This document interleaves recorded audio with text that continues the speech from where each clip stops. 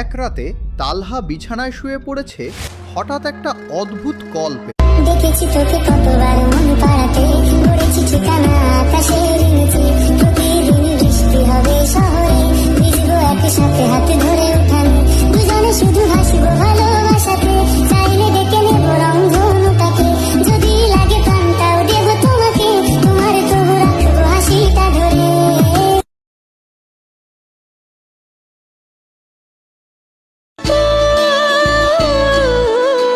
মাটিতে পা রেখে আকাশে ডানা মেলে চলি তুই সে দেশে।